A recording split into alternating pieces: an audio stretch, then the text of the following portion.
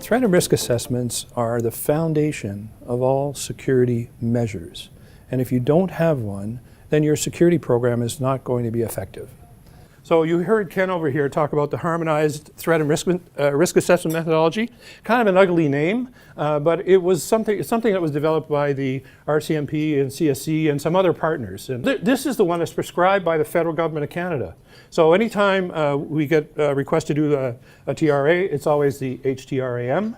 It's a very elaborate thing. It's very complicated, sophisticated. It's got tables. It's got all kinds of stuff in it. So, and it's good, but you have to know what you're doing to do it.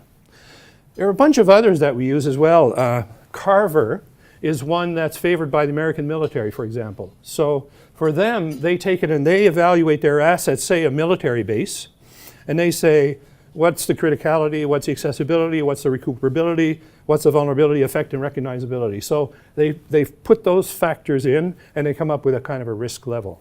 So it's kind of a quick and dirty thing that anybody can do in the field, like soldiers in the field who've just set up some kind of a gun turret or something can do this. Carver.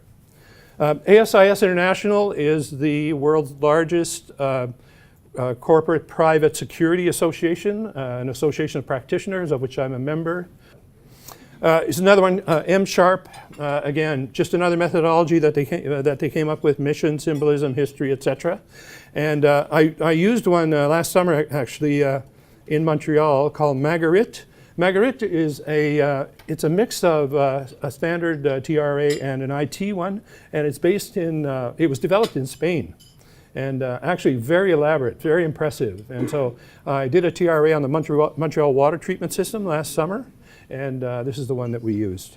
So in a physical TRA, we're always interested in the security of information. We don't dig too deep into networks and servers and all that sort of stuff, but we look for good basic IT practices, and we look for good practices for handling physical information. And so we know that paper floats all over the place, and that's often hard to handle. Many people, especially in the private sector, don't understand that, for example, a paper shredder has a security rating. So, you know, we see people with home shredders and they're shredding off the plans for whatever it is, right?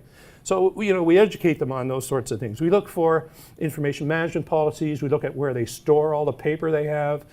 We look at the IT system from the perspective of, are you using good IT practices? So ISO 2700 series practices, are you using proper passwords? Are there screensavers that show up?